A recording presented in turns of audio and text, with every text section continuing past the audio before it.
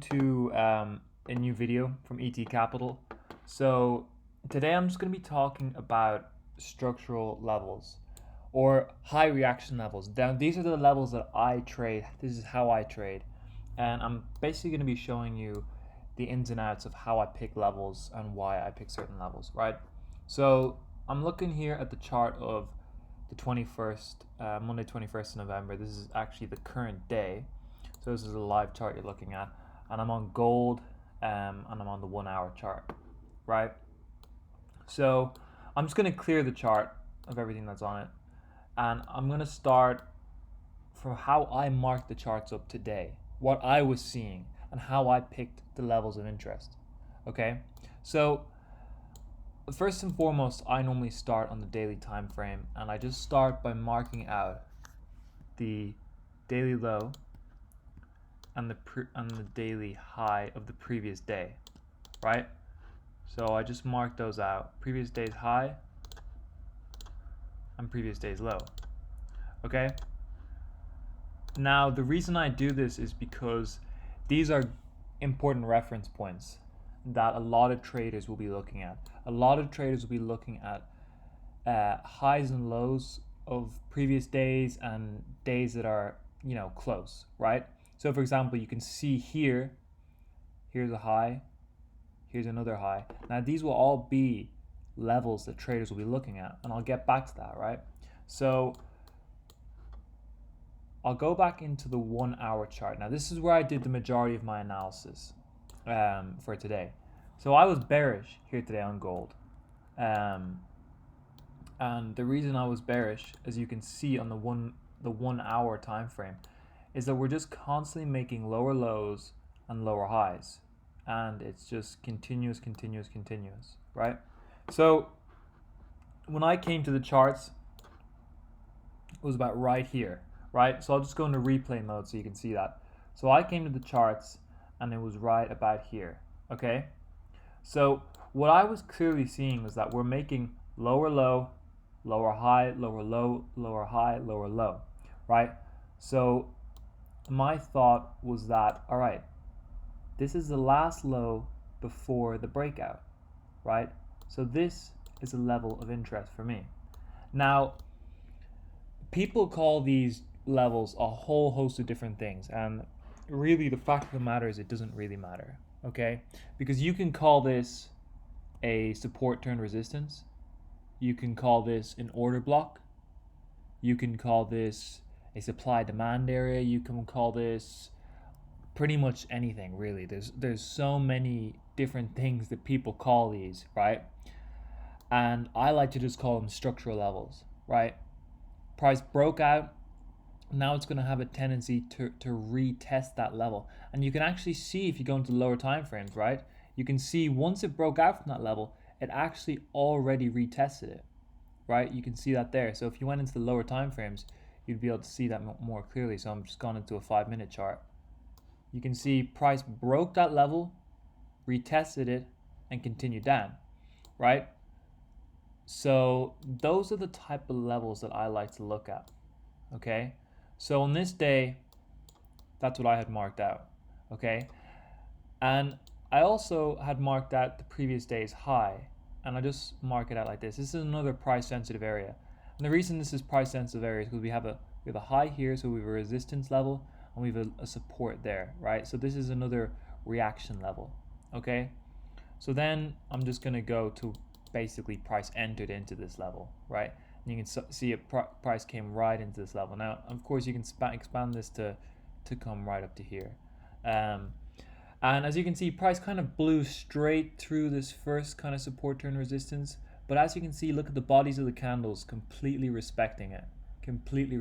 Now, I'm not going to go into entries or anything like that, but you will be able to see on the lower time frames that there was definitely potential entries around that level. You can see there was a double top, and we had some strong breaks of structure, right? But you can see how even though price broke straight through here, it pretty quickly snapped back below, right? Pretty quickly snapped back below. So this is the 5-minute chart. You can see price broke, it broke structure. This is the levels we're looking at, and it came back up, and it still respected them, right? So Where these levels would have been invalidated is if we had price do something, let me see here, something like this. If we saw price do something like this,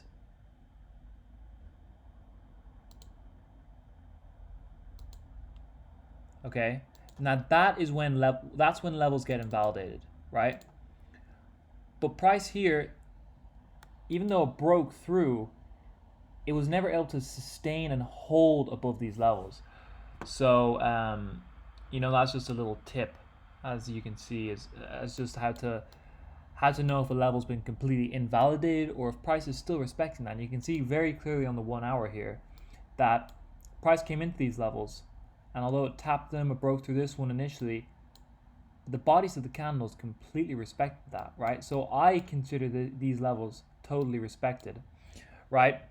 And so that's really what I look for in terms of levels, right? I keep it pretty simple. And I would mark out in terms of the down. I really only mark out in line with the direction that I'm trading. So these are the levels of interest where I'm going to be looking to take shorts. I don't even mark out. So you can see there would be a support here, support here. I don't even mark that out because I know that price has a tendency to break through support levels when we're in a bearish trend, right? So I don't even mark these out. But one thing that I do is if I'm trading the 1 hour time frame as my higher time frame in this instance, what I make sure to do is I make sure to look at the daily and the 4 hour as to where might price extend to before reacting in the opposite direction. Where might price turn bullish? And to me, it's pretty clear on this day that this is an area that we've got to pay attention to, right? This is a daily high. This is a daily structure point, and this is a level that if price comes into, we can expect to see some bullish reactions. I'm just going to the 4 hour as well. Yeah, so we can see on the 4 hour as well, this whole area right here. So this kind of like I would call this like an order block resistance level, right? Now, the reason I would mark those out was because we're in 1 hour bearish market structure, but if price starts entering into these levels, we know that these are higher time frame significant levels.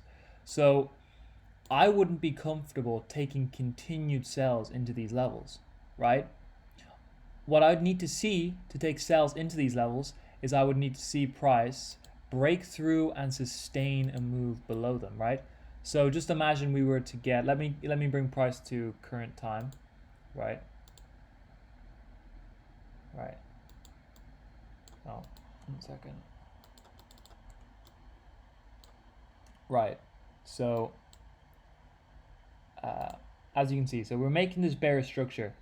Now I think it's absolutely fine to continue to take sells up until these higher time frame bullish levels, right? So that's why I marked these out, because they're higher time frame reaction levels. Now as you can see, price did exactly as I expected. When I was looking for my shorts, it came into these levels, respected these levels, continued down, basically acted as if these supports didn't exist. Why? Because it was looking to take out all the liquidity generated below these levels, right? To take out all this liquidity and just go straight through them, went straight through them. Now, and then price came down, reacted, came back up, completely maintaining bearish market structure, right? And I expect we will probably see a shift in market structure away from here. We'll probably finally see, another leg down, and then we'll see something like this, and then we'll see the first breaks of structure, right, off of this higher time frame level, right? That's what I expect to see.